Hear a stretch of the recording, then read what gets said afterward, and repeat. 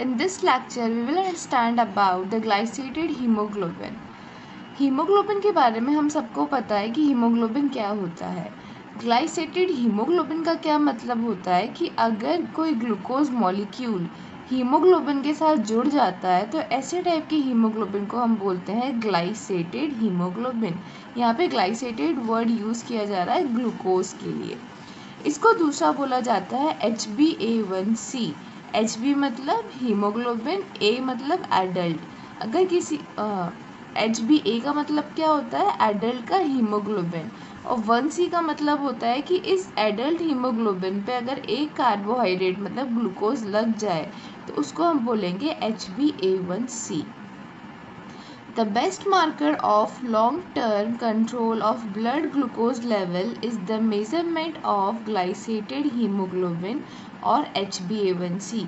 इसका मतलब ये है कि अगर हमारी बॉडी के अंदर हमें ब्लड ग्लूकोज लेवल का कैसा कंट्रोल चल रहा है, कि हमारा जो ब्लड के अंदर ग्लूकोज का लेवल है वो कंट्रोल में है या नहीं है, उस कंट्रोल को देखने के लिए, मेज़र करने के लिए जो बेस्ट मार्कर होता है लंबे समय तक जो हमें बताता है वो होता है ग्लाइसेटेड हीमोग्लोबिन या फिर HbA1c।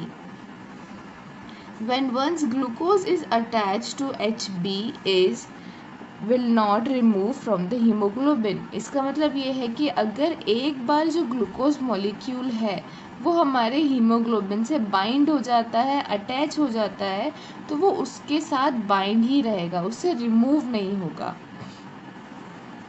It remains inside the RBC till its lifespan which is about 120 days और 4 months। इसका मतलब ये है कि हीमोग्लोबिन हमें पता है कि RBC के अंदर प्रेजेंट होता है। अगर ये ग्लूकोज इस हीमोग्लोबिन से अटैच हो जाता है तो वो उससे अटैच ही रहेगा। कब तक? जब तक RBC की जो लाइफ स्पैन होती है 120 दिन वो ख़त्म नहीं हो जाती, RBC टूट नहीं जाती, तब तक वो उसी हीमोग्लोबिन से अटैच रहेगा।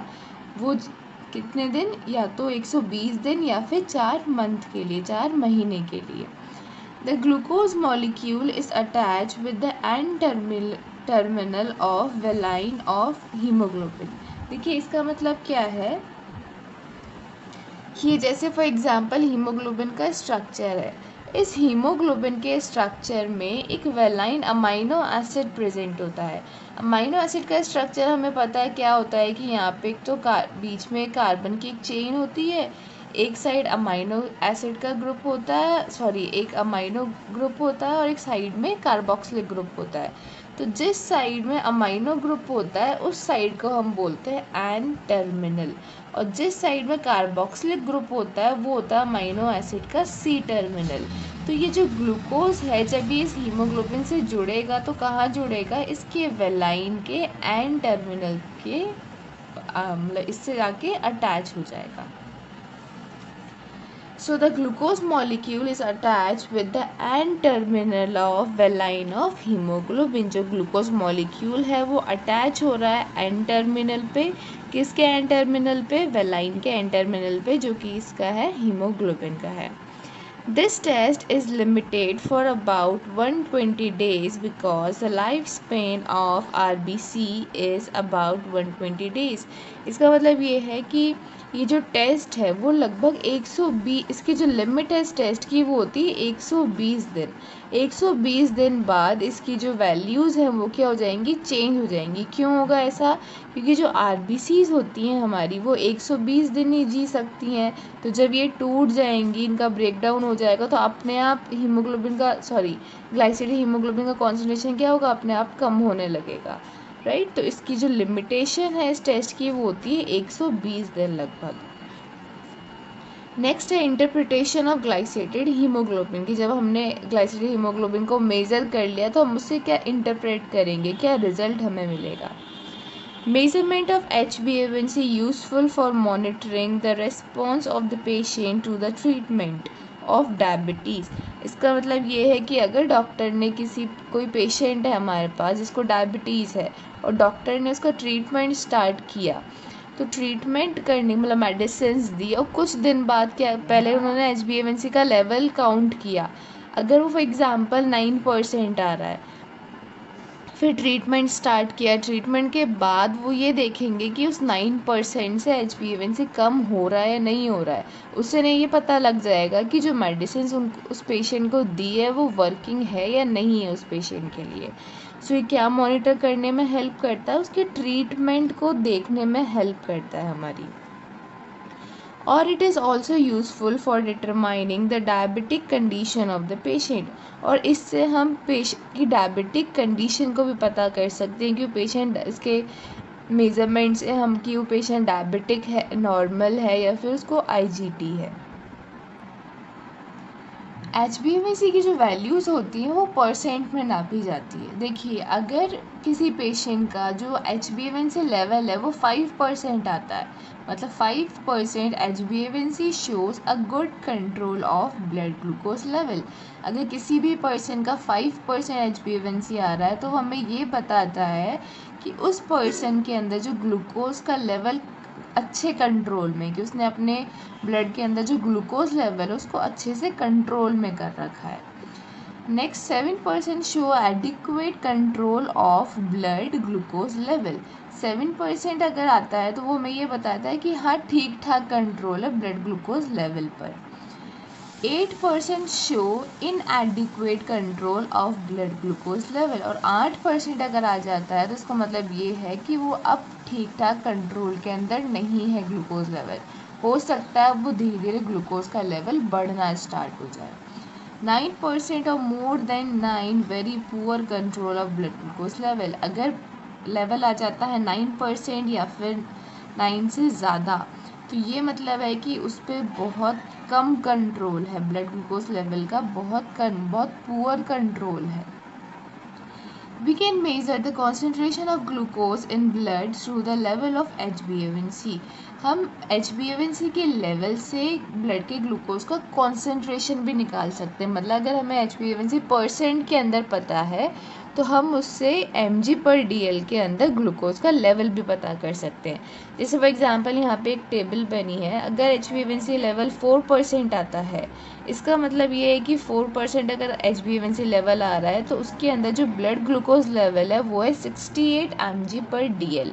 5% है तो 97 mg/dl, 6% है तो 126 mg/dl, 7% आ रहा है तो 154 mg/dl, 8% है तो 183 mg/dl, 9% है तो 212 mg/dl, 10% 240 mg/dl, 11% 269 mg/dl, 12% है 298 mg/dl, 13% है 327 mg/dl, 14% इसका मतलब 354 mg/dl।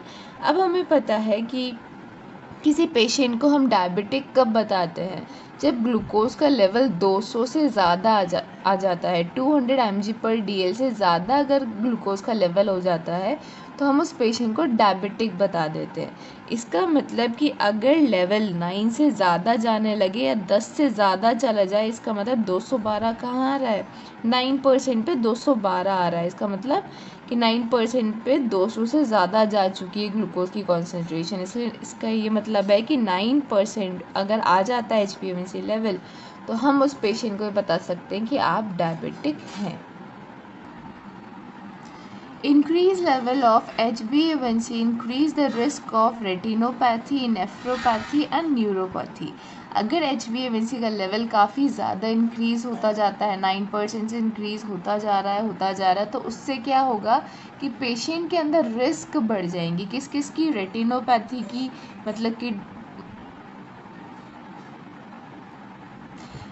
मतलब कि उसकी आइज़ में कोई डिजीज़ हो सकती है, नेफ्रोपैथी मतलब कोई किडनी की डिजीज़ हो सकती है, न्यूरोपैथी मतलब CNS के, हमें पता है न्यूरॉन्स होते हैं, सेल्स, तो हो सकता है उसमें कोई डिजीज़ हो सकती है। तो 3 टाइप की डिजीज़ को एक कॉज कर सकता है। रेटिनोपैथी, पैथी मतलब होता है डिजीज़, रेटिनो मतलब जो रेटिना वो है आइज़ के लिए, नेफ्रोपैथी मतलब नेफ्रॉन्स एंड पैथी मतलब डिजीज़, न्यूरॉन्स मतलब न्यूरो मतलब न्यूरॉन्स एंड पैथी मतलब डिजीज़। अगर डिजीज़ इन न्यूरॉन्स है तो न्यूरोपैथी का कहा जाएगा। The level of HbA1c increase 0.1% with every 10 years of age. इसका मतलब ये है कि जैसे फॉर एग्जांपल आज हमारी एज है 20, और जब हमारी एज हो जाएगी 30, तो आज अगर 20 की एज पे हमारा जो हीमोग्लोबिन HbA1c लेवल आ रहा है वो आ रहा है 5%, तो अपने आप ही जब हम 30 ईयर्स के हो जाएंगे तब वो 5.1 हो जाएगा, मतलब 0.1% हर 10 साल की एज में अपने आप बढ़ जाता है। इसका मतलब ये है कि जो एल्डर्स होते हैं, एल्डर्स मतलब जो बड़े जने हैं, उनका क्या होगा कि जो लेवल होगा HbA1c का वो ज़्यादा होगा देन द यंगर पर्सन, जो छोटे जन हैं उनसे ज़्यादा होगा एल्डर जनों का। In this test fasting sample is not required, it can be done at any time. इस टेस्ट के लिए हमें कोई फास्टिंग सैम्पल की ज़रूरत नहीं होती है, ये टेस्ट कभी भी हो सकता है, क्योंकि इसके अंदर हम RBC के अंदर हीमोग्लोबिन को मेज़र कर रहे हैं, जिसके लिए हमें कोई फास्टिंग सैम्पल की ज़रूरत नहीं है। नेक्स्ट है कॉजेज़ ऑफ इंक्रीज HbA1c की किस किस डिज़ीज़ में, किस किस कंडीशंस के अंदर HbA1c का लेवल इंक्रीज़ आएगा। यहाँ पे हमने सिर्फ 3 कंडीशंस देखी है। हमें पता है कि ग्लूकोज का लेवल जनरली किस में इंक्रीज़ आता है, डायबिटीज़ मेलाइटिस के अंदर। तो अगर उस पेशेंट को डायबिटीज़ मेलाइटिस है तो HbA1c का लेवल क्या आ जाएगा, इंक्रीज़ आ जाएगा। नेक्स्ट है chronic excess of intake of alcohol. इसका मतलब ये है कि अगर कोई पर्सन बहुत ज़्यादा अल्कोहल लेता है तो अल्कोहल लेने से क्या होगा कि उस पर्सन का जो लिवर है वो डैमेज होना स्टार्ट हो जाएगा। लिवर डैमेज होना स्टार्ट हो जाएगा तो जो ग्लूकोज का मेटाबॉलिज्म है प्रॉपर वो नहीं हो पाएगा। ग्लूकोज का मेटाबॉलिज्म प्रॉपर नहीं हो पाएगा तो ग्लूकोज का लेवल ब्लड के अंदर धीरे धीरे बढ़ना स्टार्ट होगा, और बढ़ते बढ़ते मतलब डायरेक्टली HbA1c भी क्या होता जाएगा, इंक्रीज़ होता जाएगा। नेक्स्ट है फैटी लिवर। फैटी लिवर मतलब होता है लिवर का बहुत ज़्यादा मोटा हो जाना। फैटी मतलब ये होता है कि वहाँ पे हाइपर ट्राइग्लिसराइड का जमा होना, कि अगर हम डाइट के अंदर काफ़ी सारे TG ले रहे हैं, मतलब फैटी डाइट अगर हम बहुत ज़्यादा लेते हैं, इतना ज़्यादा ले रहे हैं कि हम उसको इतना ज़्यादा ले रहे हैं कि हम उसका इतना अच्छे से डाइजेशन नहीं कर पा रहे। अगर पूरा डाइजेशन हम फैट का नहीं कर पाएंगे तो फैट क्या होगा, डिपॉजिट होना स्टार्ट हो जाएगा। और कहाँ डिपॉजिट हो रहा है, लिवर के अंदर डिपॉजिट हो रहा है। उससे क्या होगा, लिवर फैट होना स्टार्ट हो जाएगा। लिवर फैटी होना स्टार्ट होगा तो लिवर प्रॉपरली ग्लूकोज का मेटाबॉलिज्म नहीं कर पाएगा तो उसका लेवल बढ़ता जाएगा। इसका मतलब HbA1c इंक्रीज होता जाएगा। नेक्स्ट है causes of decrease HbA1c level की किस किस डिजीज़ मतलब कंडीशंस में HbA1c का लेवल डिक्रीज़ होगा, कम होगा। तो पहला है सिकल सेल एनीमिया। इसके अंदर वो सारी कंडीशंस आएंगी जिन कंडीशंस के अंदर RBC का काउंट कम होगा या हीमोग्लोबिन काउंट कम होगा, उन कंडीशंस में क्या होगा, HbA1c लेवल अपने आप डिक्रीज़ आने लगेगा। जैसे for example sickle cell anaemia है, हमें पता है कि इसके अंदर RBCs की शेप चेंज हो जाती है, जिससे क्या होता है, RBC का ब्रेकडाउन इंक्रीज़ हो जाता है। जितनी ज़्यादा RBC टूटेंगी उतना ज़्यादा हीमोग्लोबिन कम होगा, जितना ज़्यादा हीमोग्लोबिन कम होगा उतना ज़्यादा HbA1c का लेवल कम होता जाएगा। थैलेसीमिया में भी सेम यही होता है, और अक्यूट क्रॉनिक ब्लड लॉस के अंदर भी यही होता है। अक्यूट क्रॉनिक ब्लड लॉस का मतलब है कि बहुत टाइम से कोई ब्लड लॉस हो रहा हो या अचानक कोई ब्लड लॉस हो जाएगा तो RBC का काउंट कम हो जाएगा। सेम तीनों के जो रीजंस हैं वो यही हैं। So this is all about HbA1c. Thank you so much for watching.